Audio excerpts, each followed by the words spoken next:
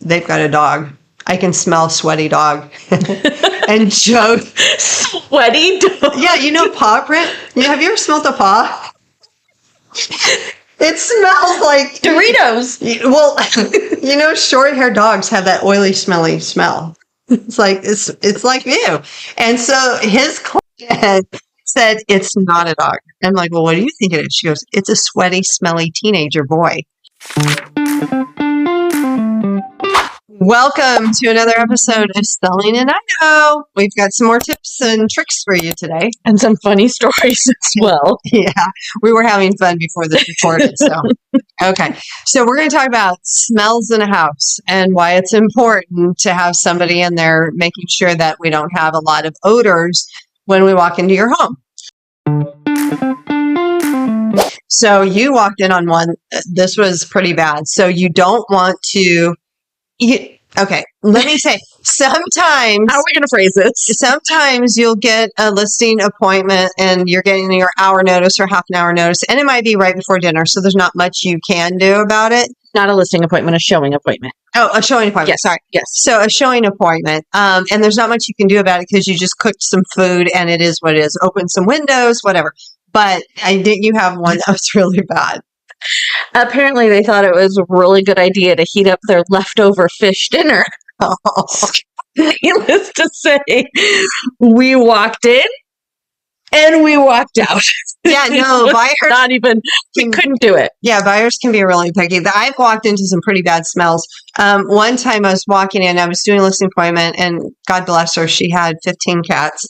And they were indoor, outdoor. Denise loves cats. I do. Joe's allergic, so we don't have any here in the house. We got a couple of dogs. You'd make fun of my dogs anyways. They're cats. They're pretty much small. But we walked in and the odor, because they were urinating in the house. And my seller didn't have a lot of budget to be able to remove the carpet. And it was in the subfloor for sure. And so everybody that walked in, it was really hard. I mean, you can only mask that smell so much. So we want to make sure that your house smells wonderful. It smells great. It smells fresh. I mean, like if you had new carpet, it's a great smell. It's like a new car smell. It's like a new car smell. But I have the nose of a bloodhound. I'll walk in on a listing appointment and I'll call, like if I have a buyer, I will call the listing agent and say, listen, there was a dog that peed in this room and did whatever. So they appreciate that. But during COVID, this was really bad. During COVID, I lost all my smell, and I had a very nice, beautiful home, and it was pretty bad. I mean, you could see the doggy poo smashed into the carpet. I mean, it was bad. I couldn't smell a thing. I knew it looked bad, and I knew there was multiple areas, so we just had them replace it all. But unfortunately, I didn't know that there was a cat. And so I'm selling the house, and there was a cat room again, no nose. And then one time during COVID, I feel so bad. It was an investment property, and the clients, the tenants that were living there said they didn't smoke. Oh, smoking's the worst. Yeah. So if you do smoke, it's really hard to get it out because they were only in there for probably 4 months, but the neighbors had told on them that they were smoking in the backyard. Yes. And so we kind of thought, but the seller and I both were getting over COVID, so we couldn't smell anything. And then the agents that were holding the open houses, I'm like, hey, what's going on? It's a beautiful house. We should get top dollar. And they're like, we keep getting complaints about smoking. And it was when they turned the air on. And so it blows through the house. And so we shampooed the carpet. It was mainly in the bedroom. We shampooed the carpet 5 times. And then we called a remediation company, and they said, there's nothing you can do. You're going to have to remove the carpet, and you're going to have to paint the walls. So if you call us and you are a smoker, we may have to do is those similar things, like removing the carpet, replacing it, repainting the walls because it stays in there, removing the curtains and doing stuff like that. So odors will turn off a buyer. Oh, yeah. I have a buyer that literally, I think he has a nose only for smoke smells. Oh. And I've gone into a home and I smelled new carpet. I didn't even smell the smoke smell, but he could smell it. And when I asked the agent, I was like, hey, did they smoke in this house? He goes, yeah, but we thought we caught them. And they just didn't. Yeah. Smoking And with this nose, one time. The nose knows. One time I was with one of my husband's clients, and we walked into the house, and I'm like, oh, they've got a dog. I can smell sweaty dog. And Joe. Sweaty dog? Yeah, you know paw print? Have you ever smelled a paw? It smells like Doritos. Well, you know, short-haired dogs have that oily, smelly smell. It's like ew. And so his client said it's not a dog. I'm like, well, what do you think it is? She goes, it's a sweaty, smelly teenager boy. And I'm like, no, seriously. They smell like dog. Yeah. So she felt that room was definitely a teenage boy, and I felt it was a dog. And I did find a dog bowl, so I think I was right. But unless the boy really likes to drink out of the dog bowl. I don't know. But so I think the moral of our story is to make sure that we've aired out the room. We've got candles. And you don't want to use those smelly. Oh, I'm very, very highly allergic to chemicals. Yes, the plugins, Glade plugins. No, if I'm an agent with a buyer, I know you're masking something, so don't use those. I was just gonna say that's a tell sign. That is a tell sign. If you have a Glade plugin, it is like we're covering up a smell. It just gives it away. A dead giveaway. Bake cookies. I mean, do something that. Open windows, but no Glades. It's hard. It's hard because, like she said, if it's dinner time and we get a call and it's like, hey, they want to come see it at 6 o'clock tonight. There's not much you can do. You can't change your dinner plans because of it. But I think just going into it knowing, okay, we're going to sell our home. So these are some things that we just need to keep track of, right? Like you just need to it's a mental state. You got to be prepared to be out on a dime and not reheat your fish dinner. Yeah. Fish should never be reheated, period. So let's start with that. While you're listening, right? Yes, it's the best diet program ever.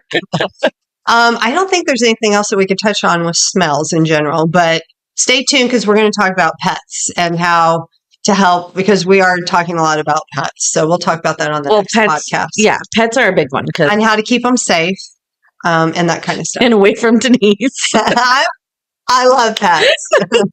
Okay. When you decide to sell in Idaho, pets are loving, awesome, amazing. Yeah, you got about 10 of them. Yeah, I've got a farm and a half, and the hair that comes with it, let me tell you. But we need to make sure our furry friends and family are put away safely and not out and about while we are trying to show your home. Yeah. So I had a listing. Luckily, we sold it right away. But she has a couple dogs, and they're people aggressive. And so in order to remediate all this, we would have set times, like when she would come home from work. So after 4 o'clock to 7 o'clock, we would have showings, and then she would take them for a walk. If it was a weekend open house, she would kennel them, because that's a lot of time. Yeah. And she was out of town, so they would get kenneled because they were people aggressive.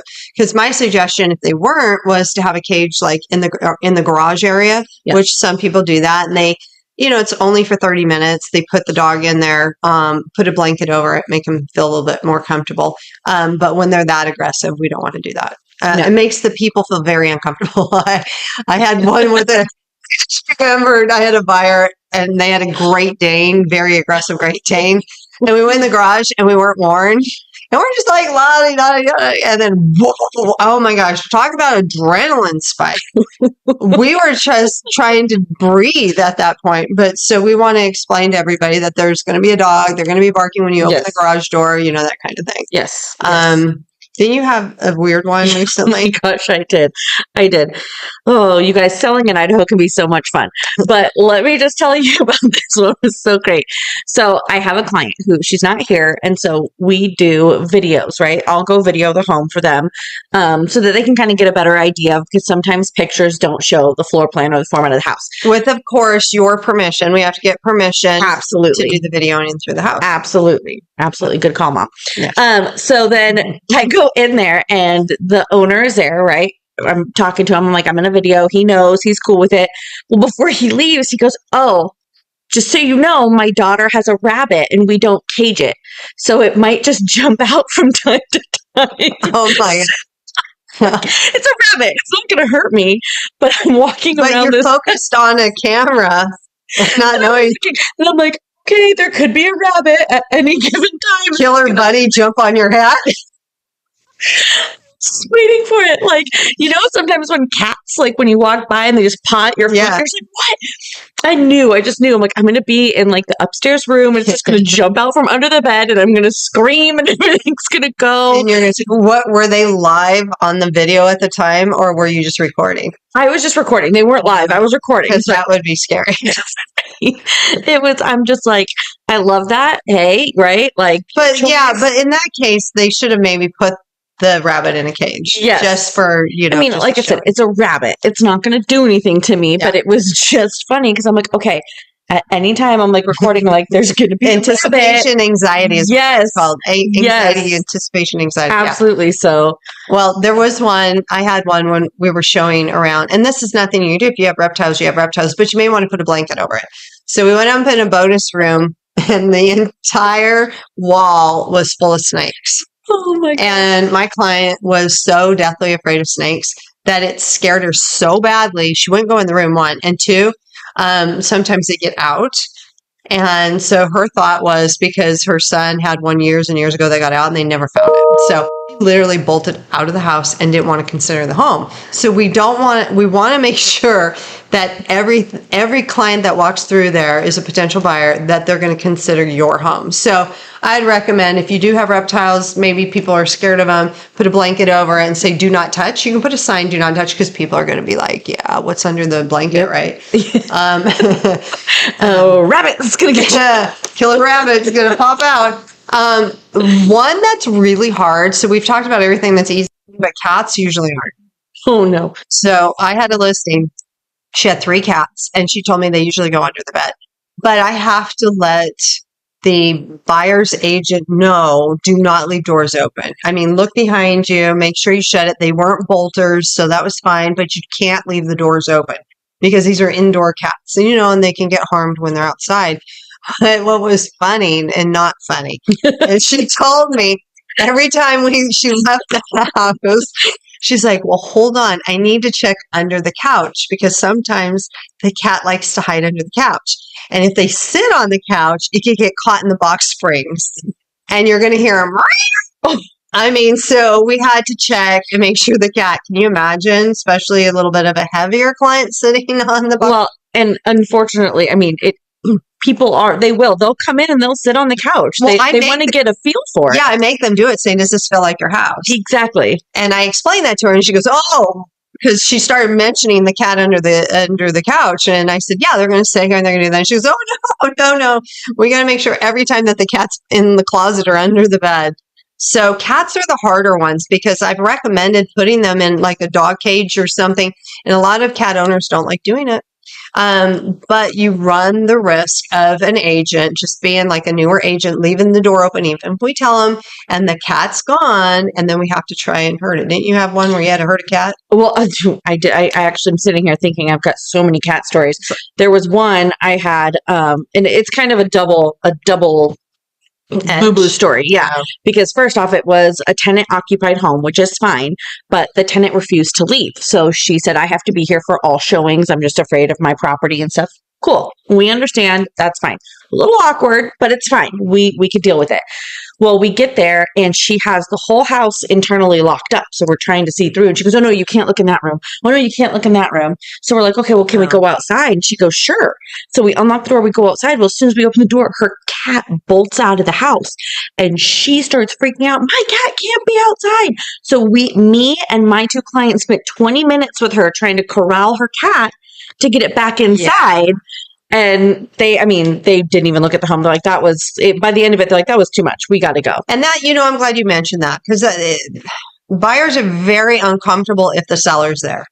Very. I loved it, me personally, because I could ask all these questions. And then a lot of them were polite and said, you might, if you want, I'll step outside. And I'm like, yeah, if you don't mind, because you want to talk about things.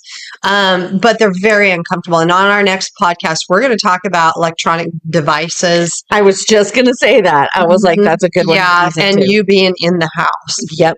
So they do get very uncomfortable about that. So I'm glad you mentioned that because that'll be our next podcast. Yeah, that's a good one. I do have another fun one. Cats. I just love cats. We were warned. I did a showing. We were warned there was cats in the house, and they said they're like, you won't see them though. They hide. Cool. And they're indoor, outdoor, so it didn't matter. They could go outside. Mhm. Well, we go in the master bedroom, and we're just looking, and all of a sudden, out of the corner of my eye, I see something moving on the bed, and I look, and there's nothing there. I'm like, okay, whatever. So I go in, we're looking at the bathroom. Well, then my client comes out and she about jumps 20 feet in the air. There's this little bubble and it's moving under the bed. Like, oh my God, what is that? And That's highly distracting. it's so distracting. And we're like, oh my gosh. So the cat jumped out. We're like, oh, okay, it's a cat. So then we go in the kitchen. We're looking in the kitchen. And have you ever felt like Big Brother's always watching? I'm like, I just feel like I'm being watched. And I'm looking around. And all of a sudden I look up and there's 3 cats on the top part of the cabinets just They didn't jump on you, staring. did they? No, but they were just Can you imagine staring if at they us. jump down and you're with someone that's elderly and give Oh them a my heart gosh. attack? Yeah. Oh no. Not only was it like that's distracting, but my client and myself are huge animal lovers. So she was like, I just want to pet the And cat. all they want to do is play with the Yes. pets and not so- look at the house. And the home was beautiful. It was Wait, gorgeous. That's another podcast. Yes. Removing distractions from the house. Yes, because that's a huge one. It's not just the cute cats. It's other You've items got to too. get the buyers focused on your house. So between smells and animals running through the house, and you worried that if you open a door, there's a cat behind there and you can't look in. And I mean, it's a lot. So we all love our animals. We all have animals. So we need to sit down and have a plan on what we're going to do with your pets from day one.